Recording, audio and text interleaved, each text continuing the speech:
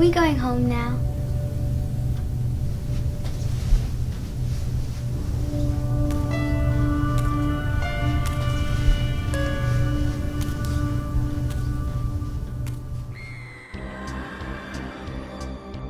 Coming straight from the fetid cellars of Myco Entertainment, Cleaver, Rise of the Killer Clown is a subtle mastery of a low-budget film. At a first glance it might seem like your average run-of-the-mill horror flick, but don't worry. The party's just getting started! The film features true love, unsatisfying sex, cleavers and clowns, and it's definitely not safe for children.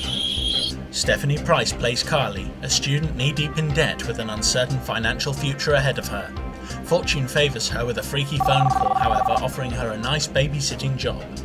Unfortunately, the job is on Halloween! The Halloween colour scheme is beautiful, bright greens and oranges with a reddish tint making up most shots, fading to a grey, orange and purple for a recap on the life of Carlton Layton, our misunderstood killer. The film was directed by MJ Dixon, and is slow and suspenseful in a way that most modern films aren't. It's a throwback to the 80s when horror was decent, and for a low budget of around £3,000 it stands out as a very good independent film. Shot on a Canon 600D, it's proof that you don't need a high-end camera to make a decent film.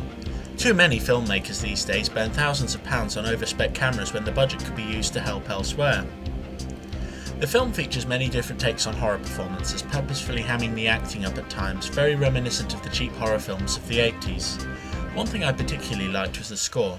As a composer in the horror industry, the synth work was creepy, dingy, and suited the colour scheme and mood of the piece marvellously, and I really enjoyed that. Let's listen to a little bit here.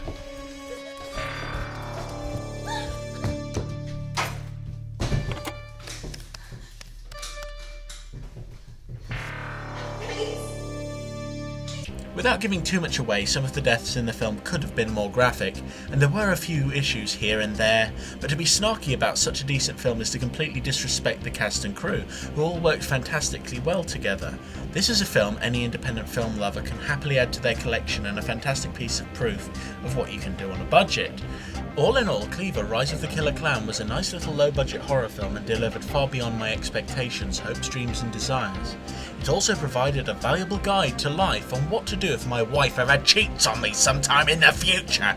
Thanks, Myco! Nah, I've got it. You go